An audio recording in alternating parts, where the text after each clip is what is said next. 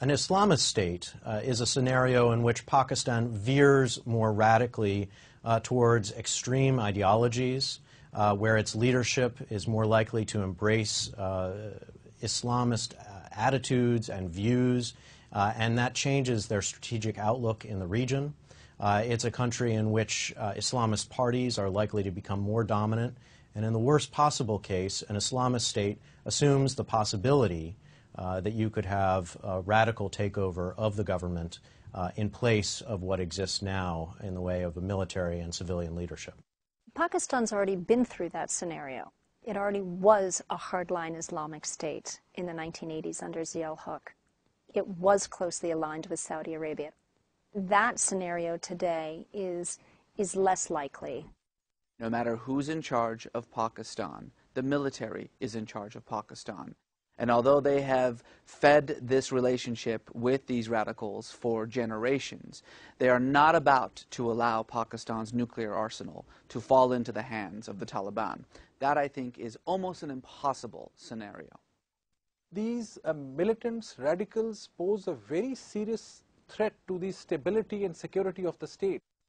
But they are nowhere close to taking over the state. It's impossible for the Islamic parties to win control of the country through democratic elections. And I think that the idea of jihadists winning control over the major population centers, however threatening they may be now, is again very, very unlikely. They represent a very small proportion of the population of Pakistan, and we have to recognize that the kind of Islam that is practiced by the majority of Pakistanis is more prone towards the Sufi order than the militant, very rigid Wahhabi or Salafist view that is catching the headlines these days. I'm actually more optimistic about Pakistan than I've been in several years. So I think the chances of the Pakistani state collapsing and there being some kind of Islamic revolution in Pakistan are extremely low at this point. While you can imagine a more Islamist government, you can imagine the declaration of Islamic revolution in Pakistan, it's difficult to imagine a coherent Islamic state of, say, the Iranian revolution type being able to take hold. There are too many cultural, tribal, and political forces that would resist such a revolution. I don't think this would come about by a direct Taliban takeover, the Taliban taking over Islamabad. I don't think that would happen. But what one can envision is a Pakistani state that becomes less and less secure with its environment, perhaps sees the U.S. developing better relations with India, and therefore relying more on Islamist militants, Islamist groups to protect its own interests. The way that we should respond as the United States to this threat or challenge is through building a better partnership and maintaining a relationship with this strong institution of the Pakistani Army at the same time as we cultivate a stronger relationship with the civilian authorities in Pakistan. It's by working with them, empowering them, and getting them to recognize that moving toward extremism does not serve their purposes internally in Pakistan or in the region that we can begin to make progress. A moderate state is a scenario in which Pakistan pursues some gradual improvements in the quality of its governance, in its opening to the world, in its relationship with India, and finds a stable or more effective balance between civilians and military in charge of the country. It's a country where you'll see economic growth and gradual move for many Pakistanis out of poverty and into something that looks more like a middle-class, sustainable economic future. The likeliest scenario for Pakistan, in my opinion, is that it has hit the bottom and will now begin to improve in terms of its economic situation, in terms of developing a viable political structure, and in terms of improving human resource to an extent where it becomes more attracted towards participating in the economy rather than picking up arms on behalf of extremists. I would argue that as a part of this scenario, Pakistan probably also has seen peaking of the rise of extremism, and eventually it's being reduced to just a nuisance rather than a major security threat. A moderate Pakistan emerging is certainly the most hopeful, and in fact, today is the most conceivable in some respects. I think that there's tremendous interest on the part of India to see that happen, on the part of the United States to see that happen, on the part of China to see that happen. Pakistan today has roughly a 30 million strong middle class with per capita income on a PPP basis of $10,000 a year, which is a fairly substantial amount of wealth which can be mustered to create a political movement, to create economic movements inside Pakistan for the better. The challenge is that the quality of the education in Pakistan, the economic opportunities that are not available to many average Pakistanis, and the institutions of state don't give you a lot of confidence that the country will find a way to move towards moderation. In fact, many of the groups that are on the rise in Pakistan are preaching and educating a version of an understanding of the world that is anything but moderate. Without some very serious external pressure, I don't really see Pakistan taking on that trajectory, because the internal ability to do so is so constrained by the army and the army's image of what Pakistan's key interests are. So I'm not optimistic about that outcome at all. I am sad to say that I don't see those components which can push Pakistan in the direction of this modern, progressive, democratic state in immediate future. Pakistan will have to go through a long process of 10 to 15 years of stability, economic growth, and a change in mindset in the establishment about their view about India.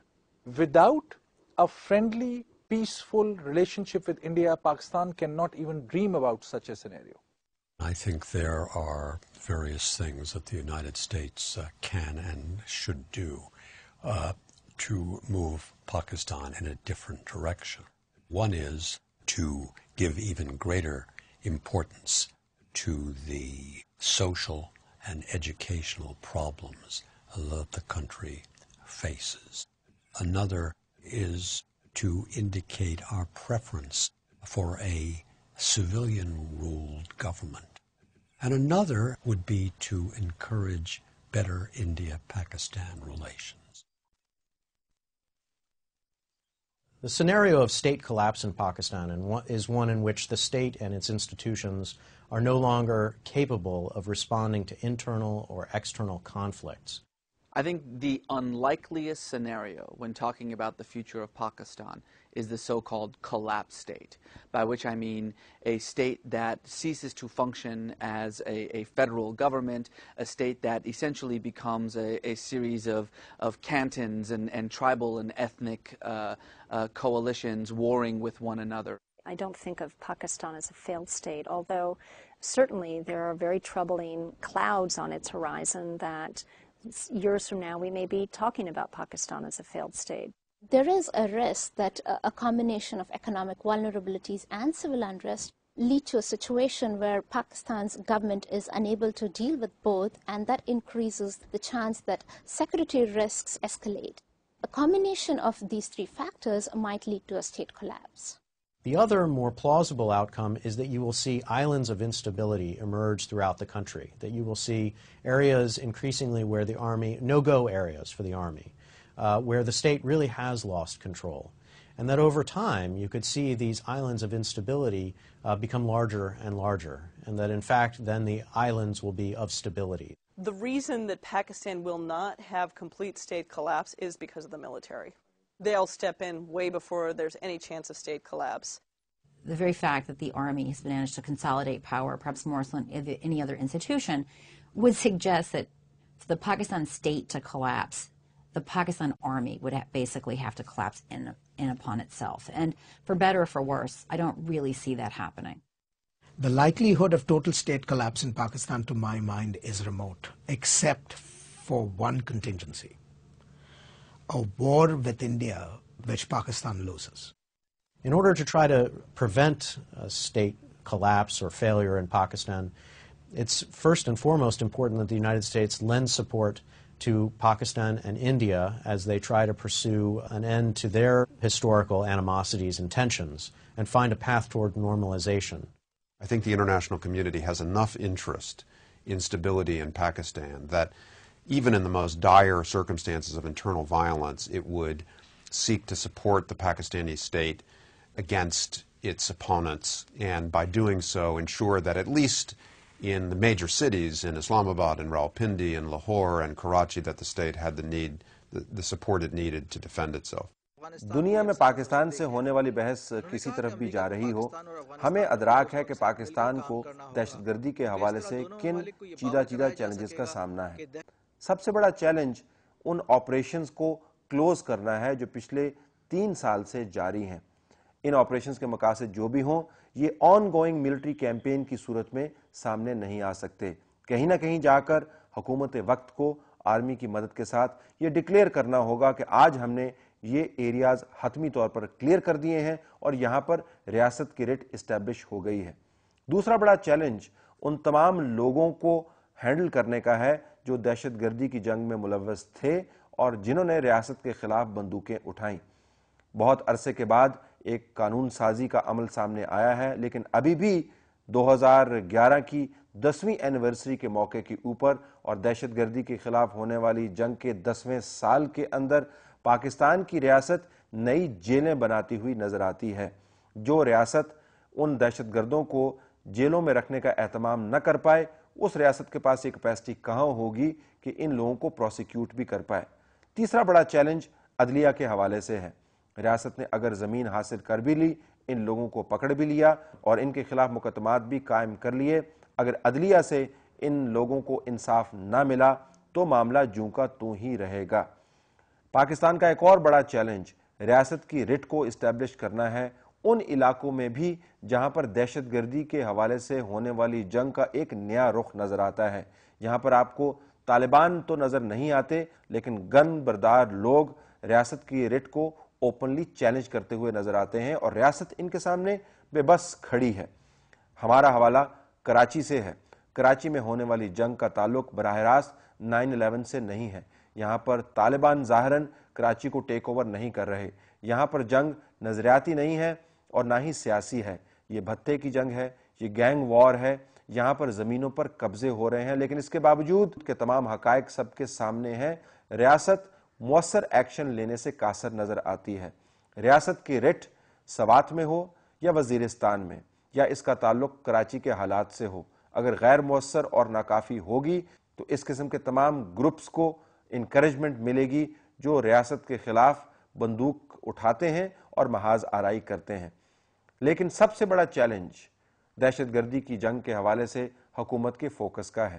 یہ حکومت عوام کے mandate سے تو یقیناً آئی ہے، لیکن mandate سے جو کھیل کھیلا گیا ہے اس کے نتیجے میں نہ تو دہشت گردی کے خلاف کوئی بہت بڑا محاذ بنایا گیا ہے اور نہ ہی پبلک کیمپین چلوائی گئی ہے۔ پبلک سپورٹ دہشت گردی کے خلاف موجود ہے۔ لوگ اپنی زندگی کو بچانا چاہتے ہیں، کاروبار چلانا چاہتے ہیں اور اس ملک کو پراسپر دیکھنا چاہتے ہیں، لیکن اس کے ساتھ ساتھ وہ یہ بھی دیکھ رہے ہیں کہ مینڈیٹ کے ساتھ آنے والے لوگ کس قسم کی کارکردگی کا مظاہرہ کر رہے ہیں۔ ان کی زندگی دہشت گردوں سے بھی اتنی ہی تنگ ہے جتنی نوکری کے نہ ہونے سے یا بجلی کے بار بار آنے اور جانے سے۔ اگر ریاست کو دہشت گردی کے خلاف چیلنجز سے نپٹنا ہے تو ریاست، اس کے اداروں اور حکومت وقت کو اس ملک کو گورن کرنا ہوگا۔ کوئی بھی وہ ریاست جو اپنی ٹیریٹری کو عوام کے حوالے سے یا انتظام کے حوالے سے گورن نہیں کر سکتی، دہشت گردوں کا تو کیا، عام کرمنلز کا مقابلہ بھی نہیں کر سکتی، اور یہ پاکستان کا اس وقت سب سے بڑا چیلنج ہے۔